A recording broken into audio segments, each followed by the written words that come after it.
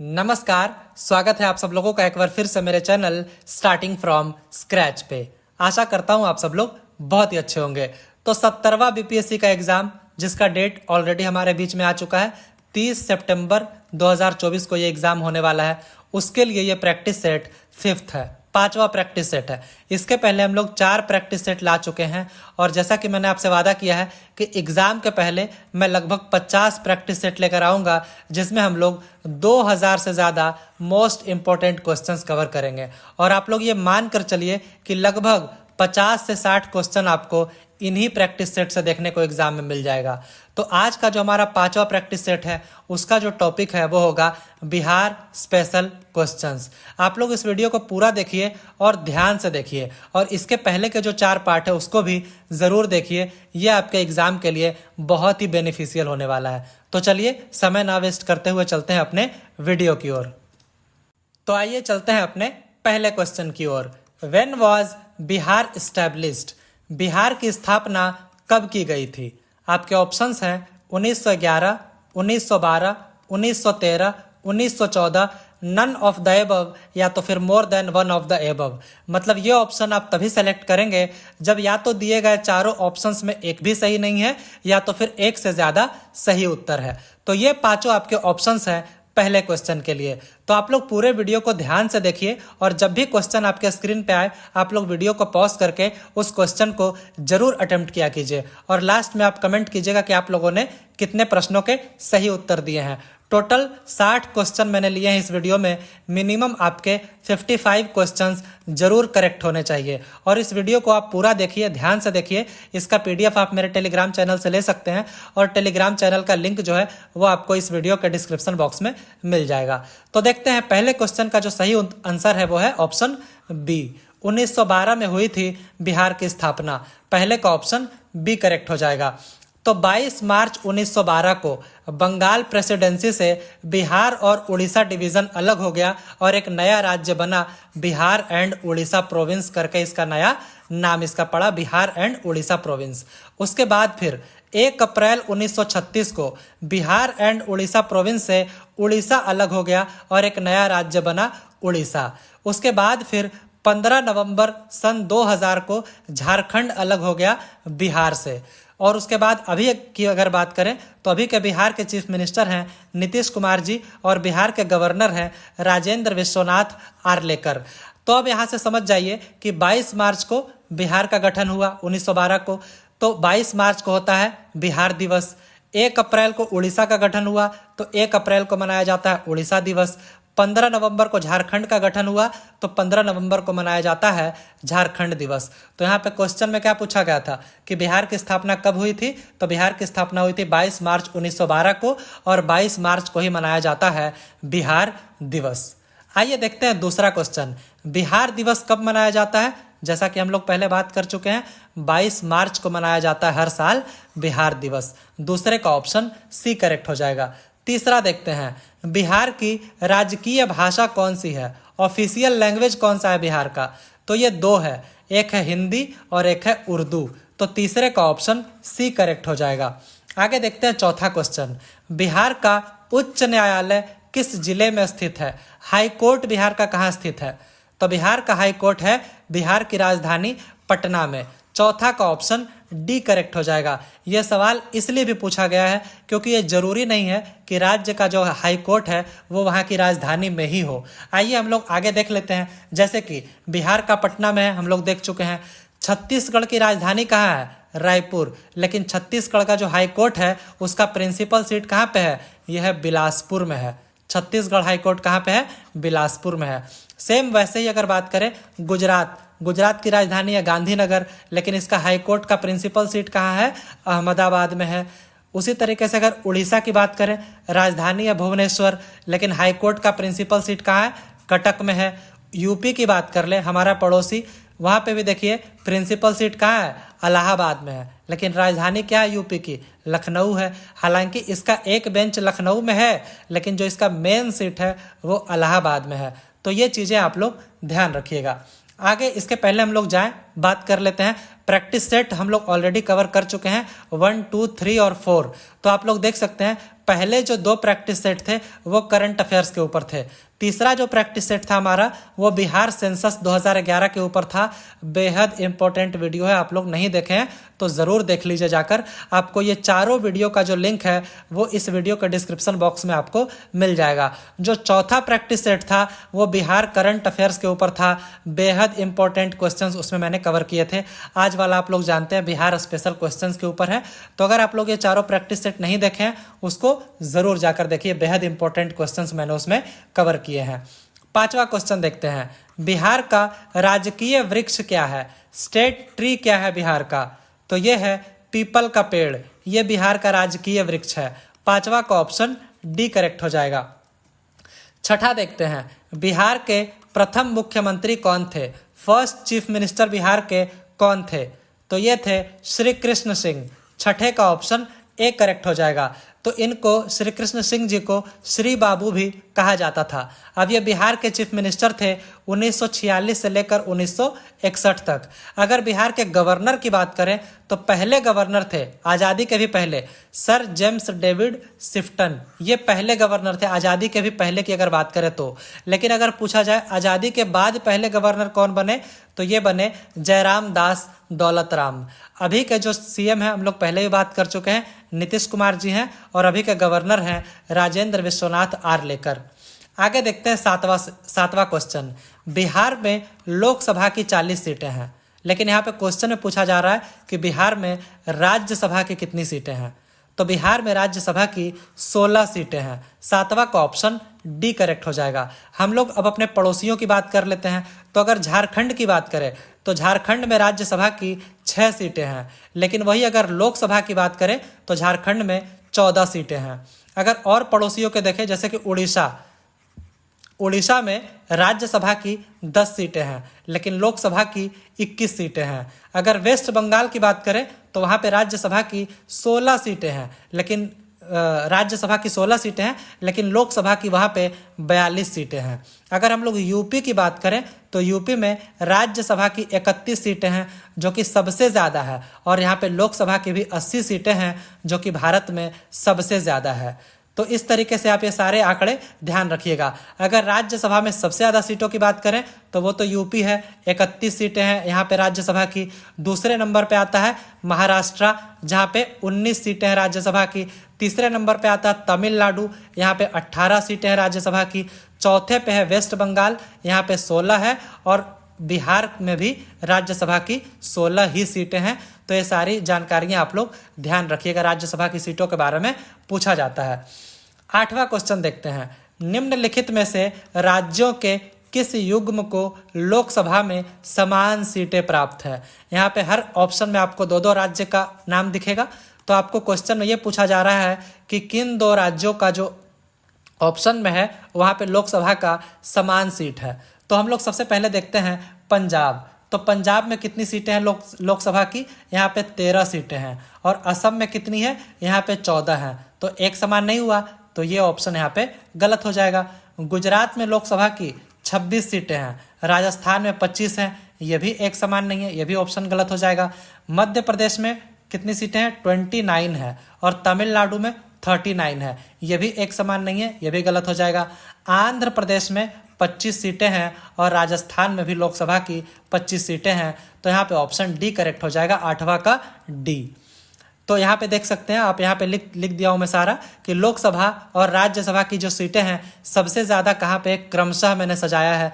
तो लोकसभा का सबसे ज़्यादा यूपी में है, दूसरे नंबर पे महाराष्ट्र 48 है, तीसरे पे वेस्ट बंगाल 42 है, चौथे पे बिहार 40 लोकसभा की सीटें, और 5वें पे तमिलनाडु 39 लोकसभा की सीटें हैं। लेकिन राज्यसभा की सीटों में आंकड़ा थोड़ा सा अलग हो जाता है। उत्तर प्रदेश में तो ठीक है 31 है सबसे ज़्यादा, महाराष्ट्र में 19 है, लेकिन वेस्ट बंगाल में आप देखिए यहाँ पे 42 सीटें हैं लोकसभा की, लेकिन राज्यसभा की 16 ही सीटें हैं। लेकिन तमिलनाडु अगर आप देखेंगे तो यहाँ पे लोकसभा की 39 सीटें हैं, वेस्ट बंगाल से कम है, लेकिन राज्यसभा की यहाँ पे ज़्यादा है, 18 सीटें हैं। तो ये आप लोग ध्यान रखिएगा। आगे देखते हैं 9वां क्वेश्चन, वर्ष 2011 की जनगणना में बिहार की अनुमानित आबादी कितनी है? तो अनुमानित आबादी है लगभग 10 करोड़। 9वां का ऑप्शन सी करेक्ट हो जाएगा। अगर एग्जैक्ट आंकड़े की बात की जाए तो आबादी है 2011 के सेंसस के अनुसार 10,40,99,452। एग्जाम में एग्जैक्ट आंकड़ा भी पूछा जाता है, तो आप लोग ध्यान रखिएगा। आगे देखते हैं 10वां क्वेश्चन। 2011 की जनगणना के अनुसार 3 प्रमुख राज्य जनसंख्या के आधार पर कौन कौन है। आपको ये बताना है सबसे ज़्यादा जनसंख्या कहाँ थी, मतलब टॉप 3 के क्रम में। तो ये हो जाएगा उत्तर प्रदेश, महाराष्ट्र और बिहार। सबसे ज़्यादा जनसंख्या उत्तर प्रदेश में था, दूसरे नंबर पे महाराष्ट्र था, तीसरे पे बिहार था। क्योंकि अगर यूपी की जनसंख्या की बात करें 2011 के सेंसस के अनुसार तो यह था 19,98,12,341। ये यूपी का जनसंख्या था। दूसरे नंबर पे है महाराष्ट्र, यहाँ पे था 11,23,74,333। ये था महाराष्ट्र का जनसंख्या। तीसरे पे बिहार कितना था, हम लोग पहले भी बात कर चुके हैं, 10,40,99,452। ये बिहार की जनसंख्या थी। तो 10वां का ऑप्शन बी करेक्ट हो जाएगा। आगे देखते हैं 11वां क्वेश्चन, बट उसके पहले आप लोग प्लीज़ चैनल को जरूर सब्सक्राइब कीजिए, वीडियो को लाइक कीजिए, एक प्यारा सा कमेंट कीजिए, और वीडियो से रिलेटेड कोई सुझाव है तो आप लोग जरूर बताइएगा। आगे देखते हैं 11वां क्वेश्चन। बिहार राज्य में अभी कुल कितने जिले हैं। तो बिहार राज्य में अभी वर्तमान में 38 जिले हैं। 11वां का ऑप्शन सी करेक्ट हो जाएगा। 12वां देखते हैं। निम्न में से किसका बिहार अग्रणी उत्पादक है, एक लीडिंग प्रोड्यूसर है। आम का, पल्सेस का, चावल का या फॉक्सनट का। तो बिहार एक अग्रणी उत्पादक है फॉक्सनट का, मतलब मखाना का। आप समझ सकते हैं पूरे भारत के मखाना जितना उत्पादन होता है उसमें 85% अकेले बिहार में होता है। तो 12वां का ऑप्शन डी करेक्ट हो जाएगा। 13वां देखते हैं। बिहार के निम्न में से किस जिले में ककोलत जलप्रपात स्थित है। ये जो ककोलत वाटरफॉल है ये किस जिले में है। तो ये है नवादा जिले में। अभी हाल ही में इसका रेनोवेशन किया गया है, पहले स्थिति काफ़ी खराब थी, अब नई स्थिति इसका बनकर उभरी है और नीतीश कुमार जी उसका उद्घाटन करने भी आए थे। तो 13वां का ऑप्शन ए करेक्ट हो जाएगा। ये करंट अफेयर्स का भी क्वेश्चन हो जाएगा। तो 13वें का ऑप्शन ए करेक्ट हो जाएगा, ये नवादा में है। इसके अलावा कुछ जलप्रपात हम लोग देख लेते हैं बिहार का, जैसे कि तेलहर कुंड जलप्रपात। ये कहाँ है, तो ये कैमूर में है, जिसको भभुआ भी कहते हैं। तो यह है तेलहर कुंड जो जलप्रपात है, ये कैमूर में है। आगे देखते हैं, एक है करकट वाटरफॉल, मतलब करकट जलप्रपात, ये भी कैमूर में है। ये भी आप लोग ध्यान रखिएगा। इसके अलावा अगर देखें, एक है तुतला भवानी वाटरफॉल। तुतला भवानी जो जलप्रपात है ये कहाँ पे है, ये है रोहतास में है। इसके अलावा रोहतास में एक और है फेमस, ये है मंझर कुंड वाटरफॉल, ये भी रोहतास में है। तो ये सब आप लोग ध्यान रखिएगा। 14वां क्वेश्चन देखते हैं। बिहार के किस जिले को सिल्क सिटी के नाम से भी जाना जाता है, क्योंकि यहाँ पे सिल्क का उत्पादन बहुत ज़्यादा होता है। तो ये कौन सा जिला है, तो ये है भागलपुर। 14वां का ऑप्शन डी करेक्ट हो जाएगा। 15वां देखते हैं। बिहार के किस जिले में सबसे बड़ा सोने का भंडार है, तो ये है जमुई जिले में सबसे ज़्यादा सोने का भंडार है। 15वें का ऑप्शन सी करेक्ट हो जाएगा। 16वां देखते हैं। नालंदा विश्वविद्यालय का स्थापना किस काल में हुआ था, तो नालंदा विश्वविद्यालय का स्थापना हुआ था गुप्त काल में। 16वें का ऑप्शन ए करेक्ट हो जाएगा। अगर इसके बारे में अगर हम लोग पूरा डिटेल से देखें तो नालंदा है क्या, तो एक प्राचीन समय का एक हायर लर्निंग एक इंस्टीट्यूशन था। उच्च शिक्षा के लिए यहाँ पे लोग आते थे, सिर्फ देश के ही नहीं विदेशों के भी लोग यहाँ पे पढ़ने आते थे। तो ये कहाँ स्थित था, ये बिहार में स्थित था, भारत के बिहार में। और ये 427 ईस्वी से लेकर 1197 ईस्वी तक ये उच्च शिक्षा का एक बहुत ही बड़ा केंद्र था। अब इसका स्थापना कब हुआ था, इसका स्थापना 5th सेंचुरी एडी में हुआ था, बिहार में हुआ था। और ये कब तक ये सर्वाइव किया, 1197 तक। क्यों, तो उसके बाद इसको नष्ट कर दिया गया, किसके द्वारा, बख्तियार खिलजी के द्वारा इसको जला दिया गया। तो आप लोग जानते होंगे नालंदा यूनिवर्सिटी के बारे में, बहुत ही फेमस यूनिवर्सिटी था ये। अब हालांकि ये नया बनकर फिर से तैयार हो गया है, लेकिन वहाँ पे नहीं, वहाँ से 20 किलोमीटर की दूरी पे जिला सेम ही है, नालंदा जिला ही है, लेकिन अब नया यूनिवर्सिटी नालंदा यूनिवर्सिटी फिर से बनकर तैयार हो गया है। अब देखते हैं ये जो रेमिनेंट्स ऑफ नालंदा महाविहारा है, मतलब जो उसको जला दिया गया है, लेकिन उसके जो अवशेष बचे हुए हैं वो एक वर्ल्ड हेरिटेज साइट में इसको शामिल कर लिया गया है यूनेस्को के द्वारा। कब शामिल किया गया था? 2016 में। तो ये क्वेश्चन भी आ सकता है, इसको आप लोग ध्यान रखिएगा कि नालंदा जो यूनिवर्सिटी था तो उसके जो अवशेष बचे हुए हैं वो अब एक वर्ल्ड हेरिटेज साइट है यूनेस्को का, और ये शामिल किया गया था 2016 में। आगे देखते हैं 17वां क्वेश्चन, नालंदा विश्वविद्यालय को किसने ध्वस्त किया था? तो अभी हम लोग देखे थे पिछले क्वेश्चन में, यह ध्वस्त किया गया था बख्तियार खिलजी के द्वारा। 17वां का ऑप्शन डी करेक्ट हो जाएगा। आगे देखते हैं 18वां क्वेश्चन, बिहार में 1857 के विद्रोह का नेतृत्व किसने किया? 1857 में विद्रोह हुआ था, आप लोग जानते हैं, जिसको 1857 म्यूटिनी भी कहा जाता है, रिवोल्ट 1857 रिवोल्ट भी कहा जाता है, फर्स्ट वॉर ऑफ इंडिपेंडेंस भी कहा जाता है। तो इसका नेतृत्व बिहार में किसने किया था? तो बिहार में किया गया था कुंवर सिंह जी के द्वारा। 18वां का ऑप्शन सी करेक्ट हो जाएगा। इसके अलावा जो ऑप्शन में है नाना साहेब, इन्होंने किया था कानपुर में, इसका नेतृत्व किया था। तात्या टोपे भी कानपुर में ही किए थे। तात्या टोपे जी का एक और नाम था, इनका जो मेन नाम था वो क्या था? मेन नाम था रामचंद्र पांडुरंग तोपे। ये इनका मेन नाम था तात्या टोपे का। तो इन्होंने भी नेतृत्व किया था कानपुर से, नाना साहब ने भी किया था कानपुर से। इसके अलावा जो ऑप्शन में है मौलवी अहमदुल्लाह, इन्होंने किया था फैजाबाद से इन्होंने नेतृत्व किया था। तो खैर क्वेश्चन में पूछा गया बिहार से, तो वहाँ पे किया गया था कुंवर सिंह जी के द्वारा। आगे इसका डिटेल मैंने यहाँ पे दे दिया है। कुंवर सिंह जी बिहार से किए थे। जनरल बख्त खान, इन्होंने दिल्ली से नेतृत्व किया था। बेगम हजरत महल, इन्होंने लखनऊ में नेतृत्व किया था। रानी लक्ष्मीबाई झांसी से। नाना साहेब कानपुर से, जो कि क्वेश्चन में था। मौलवी अहमदुल्लाह, ये फैजाबाद से किए थे। खान बहादुर, ये बरेली से किए थे। तो ये सारा आप लोग ध्यान रखिएगा। 19वां क्वेश्चन, बिहार में कांग्रेस का प्रथम अधिवेशन कहाँ रखा गया था? इंडियन नेशनल कांग्रेस का बिहार में हुआ पहला अधिवेशन कहाँ हुआ था? तो ये हुआ था पटना में। 19वां का ऑप्शन ए करेक्ट हो जाएगा।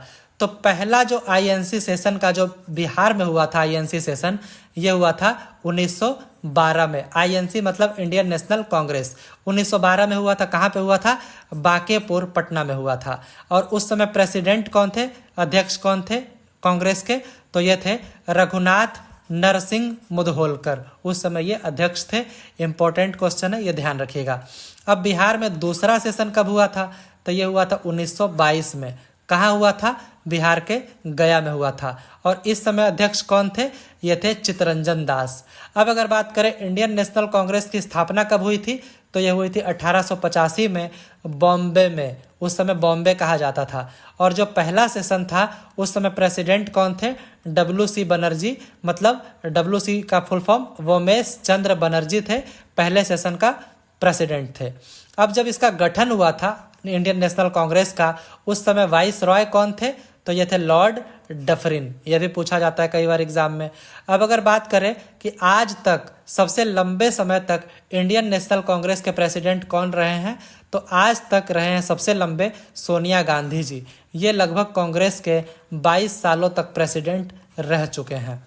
आगे देखते हैं 20वां क्वेश्चन, जयप्रकाश नारायण को कौन सी उपाधि दी गई थी? तो इनको जो उपाधि दी गई थी वो था लोकनायक। 20वें का ऑप्शन बी करेक्ट हो जाएगा। आगे इनके बारे में देख लेते हैं कि जयप्रकाश को मतलब पॉपुलरली इनको जेपी मतलब जयप्रकाश या लोकनायक, लोकनायक का मतलब होता है पीपल्स लीडर, मतलब जनता के नेता भी इनको कहा जाता था। कुछ और निकनेम हम लोग देख लेते हैं, जैसे चाचा, ये किनका निकनेम था? जवाहरलाल नेहरू जी का, जो कि बाद में हमारे फर्स्ट प्राइम मिनिस्टर भी बने। देश बंधु, ये चित्तरंजन दास को कहा जाता था। CR मतलब चित्तरंजन दास, इनको कहा जाता था देश बंधु। इसके अलावा अगर देखें बादशाह खान, फ्रंटियर गांधी या सीमांत गांधी, ये किनको कहा जाता था? ये कहा जाता था अब्दुल गफ्फार खान जी को। इसके अलावा देखते हैं फादर ऑफ इंडियन अनरेस्ट, ये कहा जाता था बाल गंगाधर तिलक के बारे में। Father of local self government, ये किसको कहा जाता था? लॉर्ड रिपन को। Grand old man of India, ये कहा जाता था दादा भाई नौरोजी जी को। गुरुदेव, ये कहा जाता था रविंद्रनाथ टैगोर का ये निकनेम था। इंडियन बिस्मार्क, या स्ट्रॉन्ग मैन ऑफ इंडिया या आयरन मैन ऑफ इंडिया, ये कहा जाता था सरदार वल्लभ भाई पटेल जी को। इंडियन नेपोलियन ये कौन थे, किनको कहा जाता था, समुद्रगुप्त को। पंजाब केसरी ये लाला लाजपत राय जी को कहा जाता था। मार्टिन लूथर मतलब इंडिया का मार्टिन लूथर ये कहा जाता था दयानंद सरस्वती जी को, जिन्होंने कहा था बैक टू वेदास मतलब वेदों की ओर लौटो। किसने कहा था, दयानंद सरस्वती जी ने। आगे देखते हैं लाल बाल पाल ये किनको कहा जाता था, तो लाल का मतलब हो गया लाला लाजपत राय, बाल मतलब हो गया बाल गंगाधर तिलक और पाल मतलब हो गया बिपिन चंद्र पाल। ये तीनों ही एक्सट्रीमिस्ट लीडर थे, मतलब ये गरम दल के ये नेता थे। आगे देखते हैं 21वां क्वेश्चन, सदाकत आश्रम ये निम्न में से किससे संबंधित है। ये संबंधित है डॉक्टर राजेंद्र प्रसाद जी से, जो कि हमारे पहले राष्ट्रपति भी थे। तो राष्ट्रपति जब ये रिटायर हो गए राष्ट्रपति पद से, उसके बाद ये बिहार से ही थे, तो रिटायर होने के बाद ये सदाकत आश्रम में ही आकर रहे थे, तो इसीलिए सदाकत आश्रम इनसे संबंधित है। और सदाकत आश्रम का मतलब होता है abode of truth, abode of truth मतलब सच का आश्रम। आगे देखते हैं 22वां, निम्न में से किस जिले में बिहार का एकमात्र राष्ट्रीय उद्यान स्थित है। कौन सा वो जिला है जहाँ पे एक ही राष्ट्रीय उद्यान है और वो वहीं है, तो ये जिला है वेस्ट चंपारण, पश्चिमी चंपारण। और उसका नाम क्या है उद्यान का, तो ये है वाल्मीकि नेशनल पार्क। आगे हम लोग डिटेल से देखते हैं। There is only one national park, सिर्फ एक ही नेशनल पार्क है बिहार में, और 12 वाइल्ड लाइफ सेंचुरी है बिहार में। अब अगर देखें कि वाल्मीकि वन्य प्राणी सेंचुरी और उदयपुर वन्य प्राणी सेंचुरी ये कहाँ पे है, ये भी वेस्ट चंपारण में ही है, पश्चिमी चंपारण में ही है। और एक ही नेशनल पार्क जो है उसका नाम मैंने क्या बताया था, वाल्मीकि नेशनल पार्क, जो कि पश्चिमी चंपारण में ही है। आगे देखते हैं पंत वन्य प्राणी सेंचुरी ये नालंदा जिले में है। विक्रमशिला गैंजेटिक डॉल्फिन सेंचुरी ये भागलपुर जिले में है। और अभी हाल फिलहाल ही नागी और नकटी ये दोनों जो बर्ड सेंचुरी है जमुई में है दोनों, इसको अभी रामसर साइट घोषित किया गया है। तो रामसर साइट इन दोनों को ही घोषित किया गया है। इसके पहले बिहार का एक और रामसर साइट है, वो है कांवर लेक बर्ड सेंचुरी, जो कि बेगूसराय में है। तो बिहार में अभी टोटल 3 रामसर साइट्स हो गए हैं। और अगर टोटल इंडिया की बात करें तो इंडिया में टोटल 82 रामसर साइट्स हो गए हैं। तो ये चूंकि करंट अफेयर्स का क्वेश्चन है, इसको ध्यान रखिएगा कि बिहार में अभी हाल ही में नागी और नकटी बर्ड सेंचुरी को रामसर साइट में शामिल किया गया है और ये दोनों ही जमुई में है। 23वां क्वेश्चन, प्राचीन महाजनपद मगध की प्रथम राजधानी कौन सी थी। तो प्रथम राजधानी कौन सी थी, तो ये थी राजगृह, जो कि ऑप्शन में ही नहीं है, राजगृह। तो यहाँ पे ऑप्शन क्या करेक्ट हो जाएगा, ऑप्शन ई, मतलब इनमें से कोई भी सही नहीं है, ऑप्शन ई इसमें करेक्ट हो जाएगा। आगे देखते हैं इसके बारे में डिटेल से कि पहला कैपिटल कौन सा था, राजधानी राजगृह था, जिसको आज का राजगीर कहा जाता है। बाद में ये बदलकर पाटलिपुत्रा हुआ, फिर वैशाली हुआ, इस तरीके से चेंज हुआ। बुद्धिस्ट लिटरेचर जो है अंगुत्तर निकाय और जैन लिटरेचर जो है भगवती सुत्त, इसमें क्या है, तो ये एक लिस्ट है इसमें 16 महाजनपदों का। 16 महाजनपद कौन कौन से थे, उनमें से कुछ नाम आप यहाँ पे देख सकते हैं। अंग महाजनपद, मगध, वज्जी, मल्ला, गांधार, कुरु, वत्स, कौशल, ये सारे जो हैं ये महाजनपद थे। मतलब इनमें से कुछ के नाम मैं यहाँ पर लिख कर आया हूँ। तो 16 महाजनपदों के नाम कहाँ मिलते हैं, बुद्धिस्ट लिटरेचर अंगुत्तर निकाय में और जैन लिटरेचर भगवती सुत्त में। ये कई बार एग्जाम में पूछा जाता है, इसको ध्यान रखिएगा। पहला कौन सा कैपिटल था, यह था राजगीर। किसका कैपिटल, महाजनपद मगध महाजनपद का। 24वां क्वेश्चन देखते हैं, वर्ष 1632 में बिहार के पटना शहर में कौन सी कंपनी ने अपनी फैक्ट्री स्थापित की। तो 1632 में बिहार में डच ईस्ट इंडिया कंपनी ने अपनी फैक्ट्री लगाई थी। तो 24वां का ऑप्शन बी करेक्ट हो जाएगा। तो Dutch east India company Patna में 1632 में इन्होंने अपनी फैक्ट्री लगाई थी।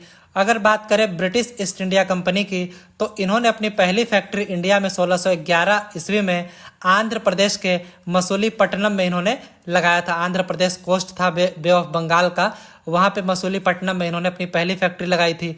और ब्रिटिश ईस्ट इंडिया कंपनी ने अपनी दूसरी फैक्ट्री सूरत में लगाई थी 1612 ईस्वी में। अब अगर बात करें फ्रेंच ईस्ट इंडिया कंपनी जो थी, तो ये बनी थी 1664 ईस्वी में, और फ्रेंच ईस्ट इंडिया कंपनी ने अपनी पहली फैक्ट्री सूरत में लगाई थी 1668 एडी में, और 1669 एडी में इन्होंने अपनी दूसरी फैक्ट्री लगाई थी मसूलीपट्टनम में। तो ये सारा आप लोग ध्यान रखिएगा। आगे देखते हैं 25वां क्वेश्चन। निम्न में से कौन सा भारत में गांधी जी का प्रथम सत्याग्रह आंदोलन था जिसमें उन्होंने सविनय अवज्ञा का प्रयोग किया, जिसमें उन्होंने सिविल डिसोबीडियंस का प्रयोग किया था? तो वो पहला सत्याग्रह आंदोलन कौन सा था? तो वो था चंपारण सत्याग्रह।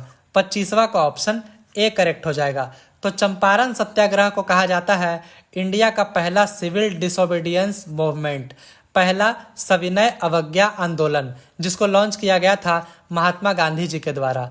तो ये पहला सत्याग्रह मूवमेंट था 1917 में, जिसको लेड किया गया MK गांधी जी के द्वारा, मतलब महात्मा गांधी जी के द्वारा।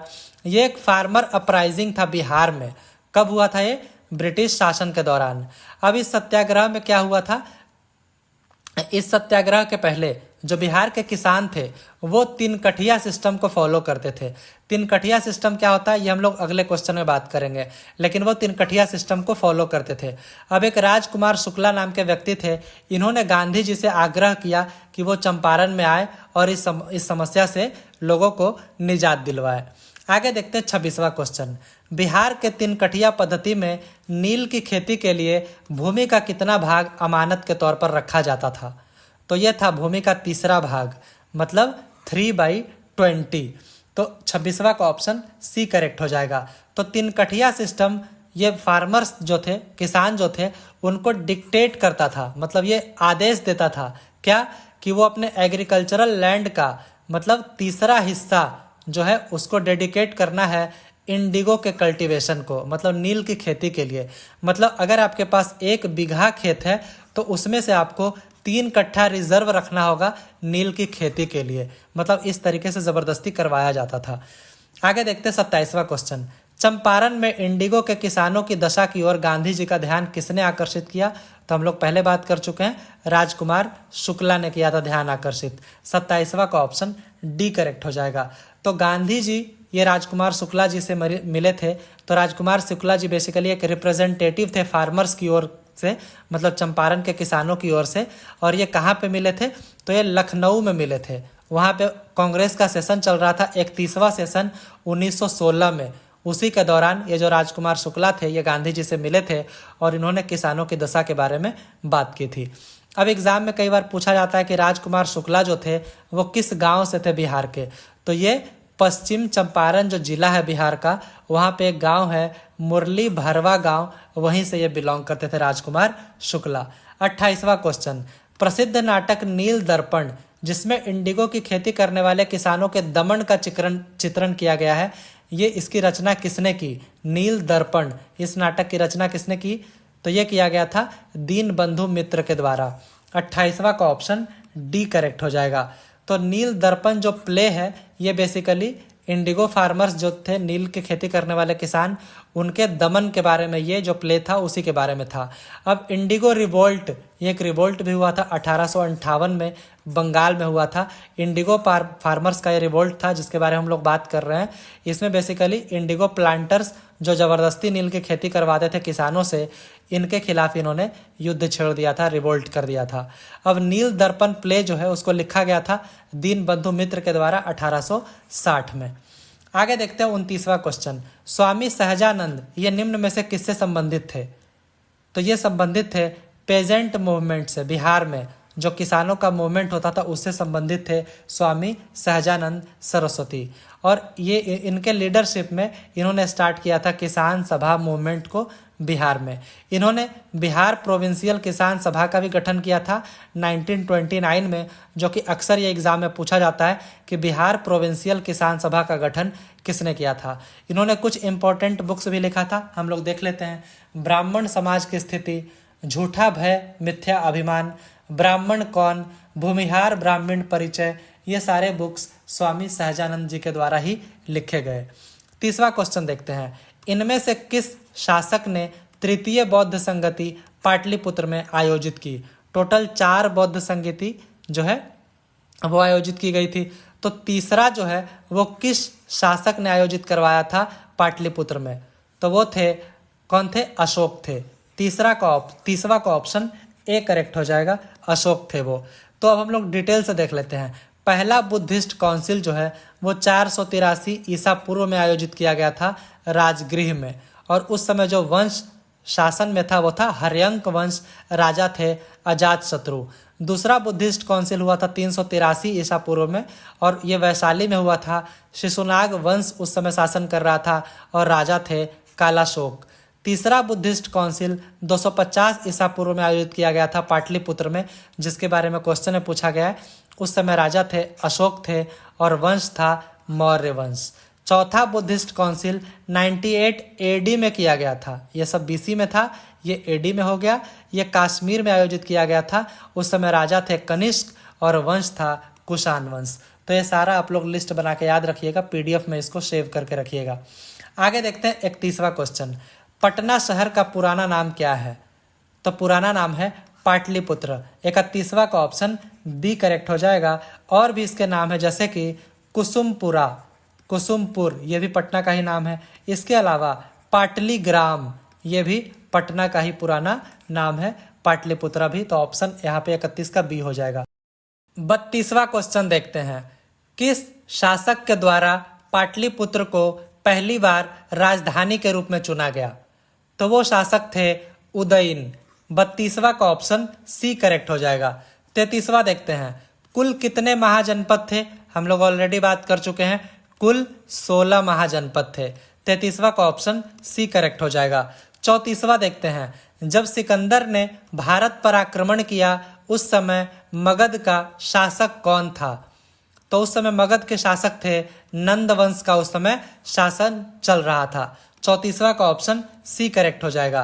35वां देखते हैं। निम्नलिखित में से कौन एक मगध साम्राज्य की राजधानी नहीं रही है, आपको ये बताना है। तो राजगृह मतलब राजगीर, ये गिरिव्रज भी इसको कहा जाता है। तो ये तो रही थी, हम लोग पहले देख चुके हैं। किसके समय में? बिंबिसार के समय में। बिंबिसार के समय में राजगृह राजधानी रह चुकी है मगध की। पाटलिपुत्र भी रही है। ये किसके समय में रही? उदयन के समय में। अभी हम लोग पिछले 2-3 प्रश्न पहले हम लोग देख चुके हैं। वैशाली भी रह चुकी है। किस समय? जब शिशुनाग वंश का शासन चल रहा था उस समय पे। उसके अलावा अगर देखते हैं मथुरा, ये कभी भी मगध की राजधानी नहीं रही है। तो 35 का यहाँ पे ऑप्शन डी करेक्ट हो जाएगा। इसके अलावा ये तीनों मगध की राजधानी रह चुके हैं। आगे देखते हैं 36वां। नंद वंश का आखिरी शासक कौन था? आखिरी शासक था धनानंद। 36 का ऑप्शन डी करेक्ट हो जाएगा। 37वां देखते हैं। नंद वंश के बाद मगध पर किस वंश ने शासन किया? नंद वंश के बाद तो ये आया मौर्य वंश का शासन आया। 37वां का ऑप्शन ए करेक्ट हो जाएगा। ये साइड में जो लिखा है आप समझ सकते हैं कि ये एग्जाम में ये क्वेश्चन आ चुका है। 47वां बीपीएससी 2005 में ये क्वेश्चन आया हुआ है। आगे देखते हैं 38वां। नंद वंश का वह आखिरी शासक कौन था जिसे चंद्रगुप्त मौर्य ने हराया और मार डाला? वो नंद वंश का आखिरी शासक कौन था? तो हम लोग पहले देख चुके हैं। नंद वंश का आखिरी शासक था धनानंद। इसको चंद्रगुप्त मौर्य ने हराया और मार डाला, और मौर्य वंश की इन्होंने स्थापना की चंद्रगुप्त मौर्य ने। 38वां का ऑप्शन बी करेक्ट हो जाएगा। 39वां देखते हैं। मौर्य वंश को किसने स्थापित किया? तो अभी हम लोग बात कर चुके हैं, चंद्रगुप्त मौर्य ने मौर्य वंश को स्थापित किया, और इनका जो समय कार्यकाल था वो था 322 से लेकर 298 ईसा पूर्व तक था इनका, चंद्रगुप्त मौर्य का। आगे देखते हैं 40वां।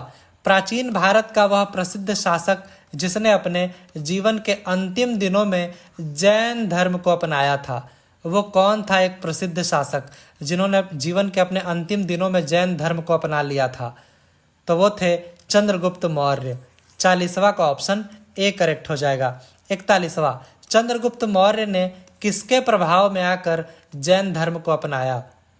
तो ये एक्चुअली भद्रबाहु के प्रभाव में आकर इन्होंने जैन धर्म को अपना लिया था। 41वां का ऑप्शन बी करेक्ट हो जाएगा। 42वां। चंद्रगुप्त मौर्य के शिक्षक कौन थे? इनके टीचर कौन थे चंद्रगुप्त मौर्य के?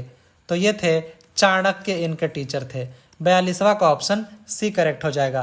43वां, चाणक्य और किस नाम से जाने जाते थे, मतलब चाणक्य के और नाम कौन कौन से थे, तो ये था कौटिल्य भी इन्हीं का नाम था। 43वां का ऑप्शन बी करेक्ट हो जाएगा। आगे देखते हैं 44वां, चाणक्य को उनके बचपन में किस नाम से जाना जाता था, तो चाणक्य को उनके बचपन में जाना जाता था विष्णुगुप्त के नाम से। 44वां का ऑप्शन सी करेक्ट हो जाएगा। ये यूपी पीसीएस प्रीलिम्स 2006 में क्वेश्चन आया हुआ है, तो 44वां का ऑप्शन सी करेक्ट हो जाएगा।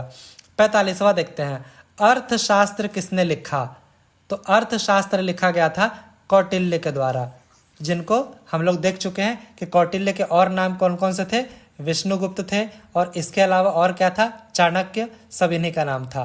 तो अर्थशास्त्र लिखा गया था कौटिल्य के द्वारा। 46वां देखते हैं, चंद्रगुप्त मौर्य के काल में कौन सा यूनानी राजदूत भारत यात्रा पर आया था, चंद्रगुप्त मौर्य के कार्यकाल में, तो ये आए थे मेगस्थनीज।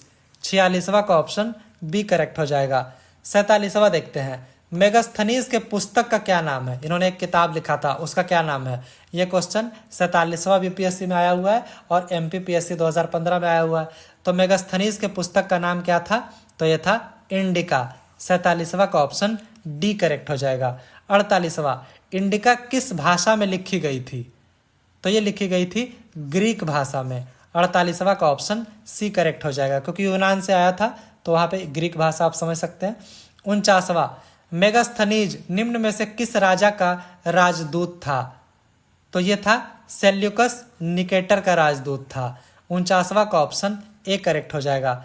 50वां क्वेश्चन देखते हैं, चंद्रगुप्त मौर्य की मृत्यु कैसे हुई थी, तो इनकी मृत्यु कैसे हुई थी, इनकी मृत्यु हुई थी, मतलब एक सालेखन विधि होता है, डाइड ऑफ स्लो स्टारवेशन, मतलब कि आप मतलब खाना ही नहीं खाते हैं जानबूझकर, एक मरने का एक तरीका होता है, इसको कहते हैं स्लो स्टारवेशन, अपने शरीर को भूखा रखें, और इस विधि को कहते हैं सालेखन विधि। तो इसी विधि से इनकी मृत्यु हुई थी। ये एक जैन धर्म का एक विधि है, क्योंकि हम लोग पहले बात कर चुके हैं, ये जीवन के अंतिम दिनों में इन्होंने जैन धर्म को अपना लिया था।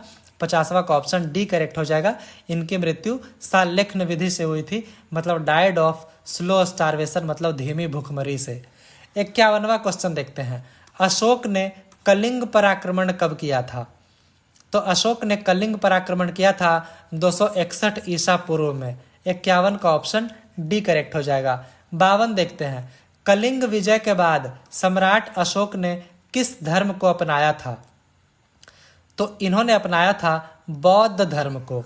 52 का ऑप्शन ए करेक्ट हो जाएगा। चंद्रगुप्त मौर्य ने जैन धर्म को अपनाया था और यहाँ पे अशोक ने बौद्ध धर्म को अपनाया था कलिंग विजय के बाद, क्योंकि इतना खून खराबा हुआ था उसको देखकर इनका मन बिल्कुल ही विचलित हो गया, मतलब बदल गया, और इन्होंने अहिंसा को छोड़ दिया, मतलब हिंसा को छोड़ दिया, अहिंसा की राह पे चल पड़े और ये बौद्ध धर्म को अपना लिए। 52वां का ऑप्शन ए करेक्ट हो जाएगा। 53, निम्न में से किसका एक नाम देवनाम पियदसी भी था, देवनाम पियदसी मतलब देवताओं के प्रिय, तो किनका नाम था, एक नाम था, तो ये था मौर्य राजा अशोक का एक नाम था देवनाम पियदसी, मतलब देवताओं के प्रिय। 53वां का ऑप्शन ए करेक्ट हो जाएगा। 54, अशोक के अभिलेखों में किस भाषा का प्रयोग हुआ है, तो वहां पे प्रयोग हुआ है प्राकृत भाषा का। 54 का ऑप्शन बी करेक्ट हो जाएगा। 55 देखते हैं, अशोक के ब्राह्मी अभिलेख को सबसे पहले किसने समझा, मतलब उस अभिलेख मतलब लिखा क्या है उसका, उस अभिलेख को सबसे पहले किसने समझा, तो ये समझा गया था जेम्स प्रिंसेप के द्वारा। 55 का ऑप्शन ए करेक्ट हो जाएगा। 56, मुद्रा राक्षस के लेखक कौन थे, तो मुद्रा राक्षस के लेखक थे विशाख दत्त। 56 का ऑप्शन ए करेक्ट हो जाएगा। 57, मौर्य काल के समय सबसे प्रसिद्ध शिक्षा केंद्र कौन सा था, तो मौर्य काल के समय सबसे जो प्रसिद्ध शिक्षा केंद्र था वो था तक्षशिला। 57 का ऑप्शन सी करेक्ट हो जाएगा। 58 देखते हैं, सांची के महान स्तूप कहाँ है, तो सांची के जो महान स्तूप है वो है मध्य प्रदेश में। 58 का ऑप्शन बी करेक्ट हो जाएगा। 59, अंतिम मौर्य शासक कौन थे, अंतिम मौर्य शासक थे बृहद्रथ। डी करेक्ट हो जाएगा 59 का। 60 देखते हैं, बिहार आने वाला पहला अंग्रेज कौन था? तो पहला अंग्रेज था राल्फ फिच। 60वां का ऑप्शन ए करेक्ट हो जाएगा। तो हमारे यही 60 क्वेश्चन थे। ये सीरीज आगे कंटिन्यू रहेगा। आगे जैसा कि मैंने आप लोगों से वादा किया है कि हम लोग लगभग 50 प्रैक्टिस सेट लेकर आएंगे एग्जाम के पहले तक, जहां हम लोग 2000 से ज़्यादा इंपॉर्टेंट क्वेश्चंस कवर करेंगे और लगभग आपके बीपीएससी में 50 से 60 क्वेश्चन आपको इस 50 प्रैक्टिस सेट से देखने को ज़रूर मिलेगा। तो आप लोग इस सीरीज से जुड़ जाइए, इस चैनल से जुड़ जाइए। आगे ऐसे बहुत सारे प्रैक्टिस सेट आएंगे और आप लोग कमेंट करके ज़रूर बताइए कि आप लोगों ने कितने प्रश्नों के सही उत्तर दिए हैं। और अगर आप लोगों ने चैनल अब तक सब्सक्राइब नहीं किया है तो प्लीज़ चैनल को ज़रूर सब्सक्राइब कीजिए, वीडियो को प्यार दीजिए, लाइक कीजिए, कमेंट कीजिए और अपने दोस्तों में ज़रूर शेयर कीजिए। Thank you so much. मिलते हैं नेक्स्ट पार्ट में।